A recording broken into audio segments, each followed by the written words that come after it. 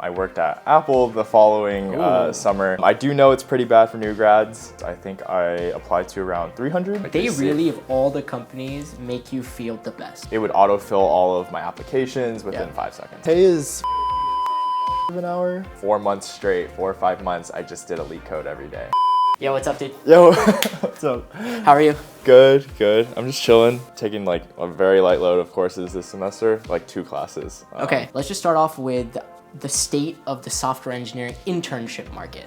Maybe start off with like internships you've done in the past, give us a brief overview, and then how has it kind of been so far? I'm currently a 3rd year CS student at NYU. My freshman year, I remember I was just like really gunning for it. I was, you know, like head on a swivel. I was like looking at every application that opened up. Yeah. And I knew that since I had Node a little experience and I was like very self-taught, I only took like APCS. So it wasn't very like practical knowledge, I'd want to say. Yeah. I did a little bit of like online courses on Coursera on like iOS dev, but that was about it. So at NYU, there's kind of like a CS opportunities mailing list, and like every day they send out like all these like NYU alumni that want to post to it. Yeah. And so there's like a lot of NYU alumni that have their own small like SaaS startups that are very small. And one was just looking for an extra pair of hands to help him out. And so I got really lucky with that because it was a paid internship. So I worked for that startup for about like 8 months throughout freshman year. And then I worked at Apple the following summer. Yeah. Actually for a few months after as an iOS engineer. Software engineer, iOS engineer, kind of mixed skills, I guess. Yeah. So I do say like I did work on kind of like an internal tool, and I worked for them for a little bit. And then the following summer, so the summer after my sophomore year, I worked at Wayfair as a software engineering intern. Yeah, that's my prior experience. Okay. I do know it's pretty bad for new grads. But for interns specifically, I think it's equally as hard. Like there's just so much competition flooding into the market. I think there was like a Stanford statistic that was let out like a couple weeks ago where it was like 1 in 5 students at Stanford are CS students, and I'm pretty sure that's applicable almost everywhere. Yeah, no, that makes sense. Yeah, even when I was at Rice, I think when I matriculated, pre-med was the biggest conglomerate on campus. But when I graduated, it was CS. And since then, I'm sure it's only gone up. Yeah. So you have a bunch of internships, Wayfair, Apple. Contrast those recruiting cycles with this most previous one. Was this one harder? Was it different? About the same? This past recruiting cycle, I definitely heard back a lot more. Okay. Received a lot more OAs. So to put it in numbers, I think I applied to around 300. To me, I was like, okay, like we'll cut down that number of applications. So I went from like 500 applications down to 300. Sure. But I just didn't. I had this fear. I had this fear driving me. I'm like, okay, like I need to get an internship at least my junior summer. Yeah. So when you say apply to 300 places, what does an application look like? Like where was that? Yeah, so I almost never used LinkedIn Apply. Okay. And then I almost never used like any third-party service. So like that's like Handshake. Yeah. I would see these positions open up on these platforms, but I would never apply on them. I would always apply to the direct company website. That's how I got a lot of my the application usually took like 10 seconds to apply. I did use, this isn't sponsored, but I use Simplify. .jobs I think is what the extension is. But that just helped me so much. Yeah. It would autofill all of my applications within 5 seconds, and it was completely fine. Nice. So all 300 was direct on the website or application. Did you use any referrals? Did you email anybody, or was it all literally just filling out your information? I got to about 8 first round interviews. Out of 300? Out of 300. Wow. Did you get on a call with the recruiter and then go to that, or was that like 8 interviews? I probably got I got 10, I can't remember off the top of my head, but I'd want to say I got like 10 to 12 OAs, so online assessments. Okay. Of those, out of all my applications, about 8 first round interviews. A kind of a tip that I used throughout the whole summer is, when I was working this past summer, I just naturally had a lot of connections. Sure. A lot of my network was very spread out across the country. They were at companies that I wanted to be at. Yeah. And I don't like the word networking. I don't like just kind of spamming all your LinkedIn connects out there. Sure. Because there's no meaningful connection. And when you do want to work at a company that somebody's working for, 9 out of 10 times they're not going to give you a referral. Yeah. If you just cold message them off of just a LinkedIn connect. And so how I see it is, hey, like anyone I connect with on LinkedIn, anyone I meet, Yeah. like a friend of a friend, I always want to make this nice like first impressions because I know later on in the future I might need them at some point. Yeah. And just like genuinely having like a friendship, a relationship with that person is, Yeah. I think, if you think about that first and then everything else second, it's kind of yeah. So I would always ask my friends, and I'd always be like, okay, like here's an email I drafted up. Yeah. Here's my resume. Yeah. Here's the email I want you to like CC me on it. So I'd ask them to CC me on the email as well. And send it to the recruiter. And so because let's say like my friend was working at Microsoft, if I would kind of send her this email and be like, hey, like read over it, make sure it's okay, and like would you be comfortable sending this to your recruiter and CCing me on it? I see.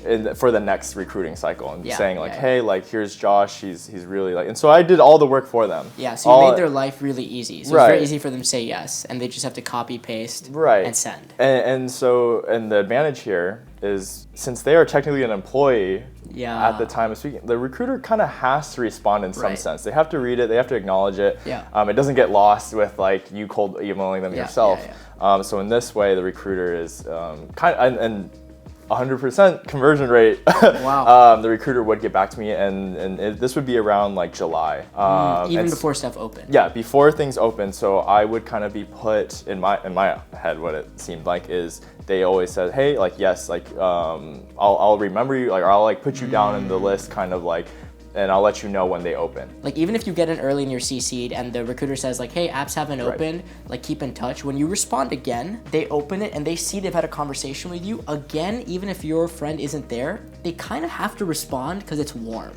Right. But if it's like it's never gotten a response, then it's kind of like if they don't respond, it's whatever. Right. But if you have some conversation, it's almost rude. Like imagine if you're in a group chat and someone asks a question, you do something and then it dies for a bit. When you say something again, they kind of have to respond. Yeah. And I feel like, I mean, I remember when I did internships, I used the same threads from previous summers if the recruiter hadn't left. And at some point they were getting like 10, 15 long, Yeah. but it kind of showed that this kid has been reaching out since freshman, sophomore. Like, I might as well give him an interview. I don't know if they felt bad for me, but who cares? If you get the interview, it doesn't matter. If I were looking for an internship today, I'd want to find openings as quickly as possible, and that's exactly where FetchFox comes in. FetchFox is an AI-powered scraper that can pull data from any website with just a prompt, saving you hours of manual work. For example, if I wanted to find new grad PM roles in the US or remote, I'd write a simple prompt asking for APM or new grad PM jobs that are currently accepting applications. FetchFox will then create a detailed scraping plan that you can go ahead and edit if needed. Once it's done, you can download the CSV and get straight to applying. FetchFox is open source, API friendly, and trusted by thousands of users. It's the perfect tool for anyone trying to save time in their job search. So try it today using my special link in the description. Now let's get back to the interview. Talk to me about these OAs. Like, I remember I would hate OAs. I'd almost like prefer first round interviews because I could talk to a human being. Yeah. Because the OAs were either super easy or insanely difficult. Like, did it feel like that for you? I did have like a habit tracker, and basically for 4 months straight, 4 or 5 months, I just did elite code every day. Wow. Maybe not every day, but like it was definitely, it got up to, so I started out at basically 0, Okay. solved, and then I got all the way to around 200. Wow. And how'd you break down the easies, mediums, hards? Yeah, so honestly just went to like the LeetCode 50, or I mean the LeetCode 50 or like the blind 75 Right. is kind of what they call it. Yeah. And then I went on to the LeetCode 150. Okay. After I did that. So like they kind of bucket it for you. Yeah. I did get, if anyone's like wondering, I did get LeetCode Premium. Okay. Because I just saw it as an investment. Yeah, sure. Kind of if it helps me, like, because the solutions are helpful and everything else that it comes with. But I will say you don't have to solve like 600, 1,000 problems. It really comes down to pattern recognition and how well you can actually like understand when to use a certain like data structure or algorithm. Yeah. I think what people forget is that it's an investment you'll have to do at some point. Right. So like you did it now, I mean 4 months of practice, 200 problems is a lot. I mean that's many hours. That's at least 200 hours, probably more. Yeah. But the good thing is, I'm not saying you'll never have to prep again, but the next time you prep, you could probably get by with like half, maybe even a quarter. Right. And like I prepped a lot for new grad, and now as I've been recruiting, I like brush up on some stuff, but honestly, just doing interviews is now my preparation. I would say I was in like the bottom Yeah. 10% of all elite coders out there. Yeah. Even with my data structures knowledge and my basic algorithms knowledge, I just could not. And especially under a time constraint, it was over. Yeah. And I remember there are some interviews that, like from like my freshman year that I look back at the questions they asked me, like, if only I knew what I know now, because those questions were so easy and like standing here today. Yeah. But in the moment, it was just too much. Yeah. No, I know what you mean. I remember I think it was freshman year, I got an interview. It was threesome, which is like, do that problem. I mean, that's like probably the first 3 or something on LeetCode. Yeah. And I did not know how to do it at all. And it's like, once you know how to do it, it's just so much easier. Yeah. So we actually have a cool story, because the place you're going to be interning at, I have interned at, my brother now works at, so a lot of connections there. Walk people through how that kind of happened. Yeah. There was no previous like nepotism behind it. Yeah. But I will say, so again, I met you on the street of New York. After that, I got to meet your brother. He was a super nice guy, and I feel like everyone at the company is super nice. Yeah. And I chatted with the whole day while we were filming, and once applications opened, I kind of like DM'd him on LinkedIn. I was like, hey, like this application opened. I'm really looking for an internship still. Do you think you could refer me? And so of course he referred me, and that was just, I think, like probably one of the best coincidences that happened in my life. Yeah. And it all goes back to like telling myself, okay, like I need to take action. Yeah. I need to like, because I could have very well walked away from you. Sure, yeah. Not even like met you at all. Put yourself out there. Yeah. And I tell all of you, I mean, my email is public. I think it's on the channel. You can email me. It's like Mark Cuban. I think his email is public. People actually email him, pitch him, and he'll invest money. Right. Via email. And it's like, I might ignore some emails. If you send me some like weird stuff, I won't open it. But if there's some way I can actually help you, and you make it really easy for me. Like if you message me like all this stuff, like I can't. But if you make it easy for me to say yes, I'll say yes. Like I have nothing to lose. I'm happy to help. Yeah. And so I'm glad it worked out. I mean, not that you just got the referral, you passed the whole interview process and then are ending up joining them. Yeah. Okay, so Gusto, special place in my heart, because if you didn't know, I interned there junior summer. As a Kleiner Perkins fellow. Incredible. It was pre-COVID, but like you're gonna have such a good time. That office is so cool. I hope they still wear socks everywhere. I don't know if they told you about that culture. Do you still have a slipper stipend? They didn't give us a slipper stipend, but I was reading the no shoes policy, which is no, it's so fun, and like open office. I just had such a great time. Great people, great food. You're gonna have a lot of fun. I think it's gonna be awesome. Back in my day, it was a pretty good internship offer. Like I was surprised. Not that they're a bad company or anything, but it's not like a Meta or something. It's like a back then a smaller startup, but very competitive. Like what does the comp look like? Yeah, so I mean all this information is public. So okay. Yo, don't rescind that offer. I'll come for you, Eddie. I'll come for you. So all this is public, and also it's on transparency pay. Like I don't know, it's on the application. Okay. But the pay is $58.65 an hour.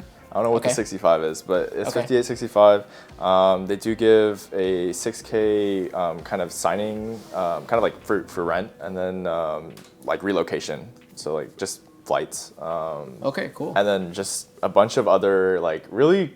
I remember the offer call too, and they're like they were explaining all the benefits, and I was like, man, like y'all really take care of. Did they do the? They put your whole team in a Zoom call, and they're like, "Oh my God, we love you!" Yeah. And there's like your picture in the back or something. They didn't do a Zoom call, but it was over the phone. Okay. Yeah, and it was such a cool offer call. Like it was the best one I've ever like. They really, of all the companies, make you feel the best. Like they have an invite team, I think it's called. Yeah. They spend so much time crafting the recruiting experience to make you feel valuable, and it's not a con. Like you'll go there and you'll still feel valued. Yeah. I guess one last question. If you could go do it all again, after having recruited now 3 summers, 200 plus hours of LeetCode, 300, 500 applications, multiple interviews, what would you do differently? In the months that are not the recruiting season is the best time to actually prep. Because once applications start opening, you don't want to apply and not be ready. Yeah. And a lot of my friends will say, oh, like I don't want to apply yet because I don't feel ready. Yeah. And that's kind of like you're doing yourself a disservice, because I think when you wait like that, a lot of the applications, like the recruiters can't spend time looking at the end of this long queue of applications. Yeah. So applying as fast as possible, as soon as possible, and being ready. Because don't think that you have to come up with the most optimized solution during these interviews. Because it's actually, in my eyes, I think it's great from an interviewer's standpoint when the candidate is actually like kind of struggling to get to the answer. As long as you're not just being like dead silent the whole time and just like trying to come up with something. Yeah. Being able to ask for help, because that's the whole point. Is they're yeah, also yeah. assessing how receptive you are to feedback. Sure, how you work together. Yeah, and Gusto is right. super big on pair programming. So Right. that might actually be, when you're stuck on something, Right. it's like how you're working. And the other thing is, struggling is not bad, but sometimes the interviewer will give you a hint. Right. I mean, they're not going to straight up be like, here's a hint, but they'll be like, maybe you should try this. And you shouldn't be like, you should like take that, Yeah. run with it, like talk to them. And the other thing is like, be human, don't suck up. Like, you know, at the end when like, do you have any questions for me? You don't have to have like 20 questions. They don't have to sound like, you could literally be like, yo, like, what time do you go to work?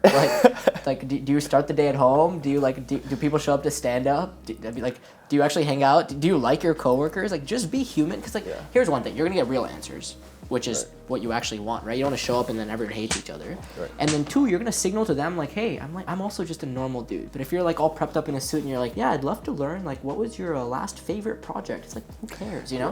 Yeah. Also, don't just show up be to an interview in a suit. Yeah, don't show up. No, for sure. That's great. Dude, thank you so much. Yeah. This is like great advice. I'm sure people watching are trying to get internships, so to see someone have gone through the trenches and gotten offers means you can do it too. Great. Dude, thanks so much. Yeah. I really appreciate it.